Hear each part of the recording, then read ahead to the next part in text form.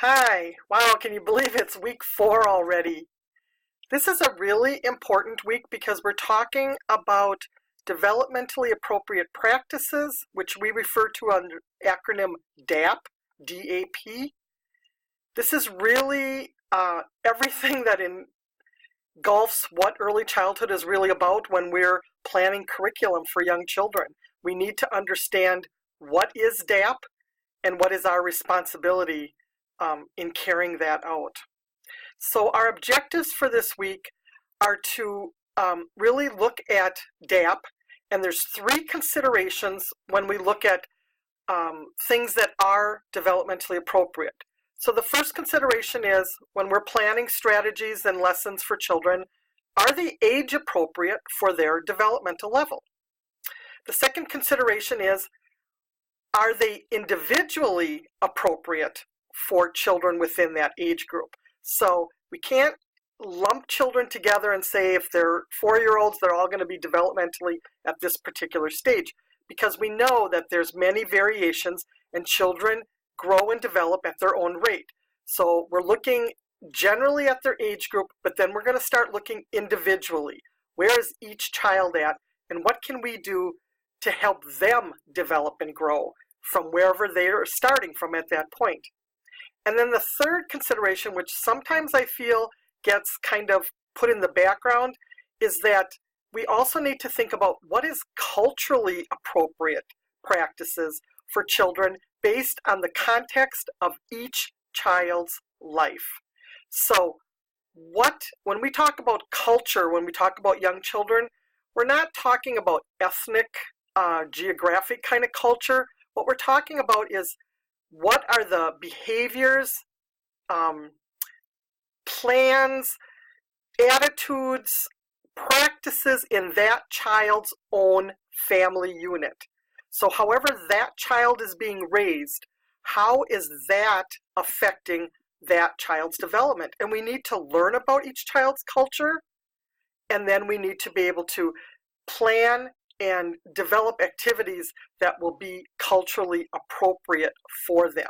So not every child, things aren't going to be culturally appropriate if they haven't had the same background culture growing up. For instance, the way parents discipline their children is going to be very different. So children are going to respond to our guidance differently because of the way they've already experienced guidance and or discipline or punishment in their homes. That's just one example. It might be the food, what we're serving at our meals. Have these children ever tasted this kind of food before? Or do they eat different type of food in their home? And so this is all new. So we're thinking maybe they're a picky eater and maybe they're just not sure what that is. So we really need to take a look at each child's culture, each of their individual needs, and then the age group, and what are some general characteristics for that. So that's really the crux of what we're talking about with DAP. So this week there's a really important article that I want you to read about developmentally appropriate practices, and then there's the online lecture which is called Individually Appropriate Practices. It'll explain a little bit more in depth what I'm talking about, and there's a case study there for you to take a look at. And then below that case study is a very important video called Developmentally Appropriate Practices.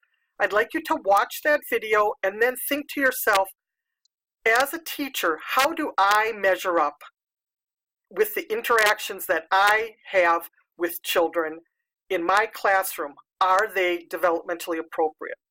And then how does my classroom measure up? How is the environment in my classroom measuring up to offering developmentally appropriate activities?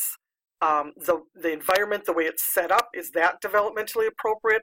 So take a good, honest look at yourself and your environment, and use that video as kind of a guide, which has been developed by our National Association as what would be considered best practice. So it just gives you a little kind of a guide to see where am I at right now, and maybe where can I grow and learn some new things, and that's why you're in school. So there's also going to be a neat discussion this week. So if you are a lead teacher or actually planning activities, you'll be responding in the discussion about something that you're personally doing.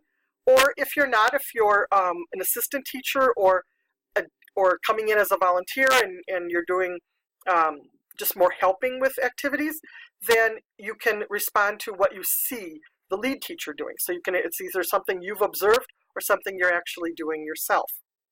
And then in your written paper, you're actually going to be choosing one activity that you would implement with young children, and you're going to contrast it. So you're going to create like a table. On one side, it's going to be the steps to how you would implement that activity if you were implementing it in a developmentally appropriate way. And then you'd number it, like maybe there's 10 steps to that activity of how you'd implement it. So then you'd have number 1 through 10.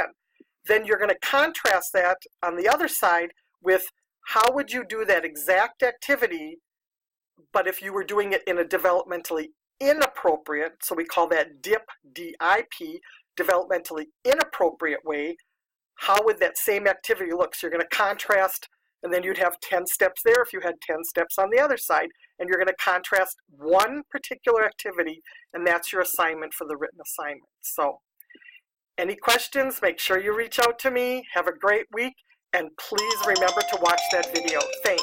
Bye.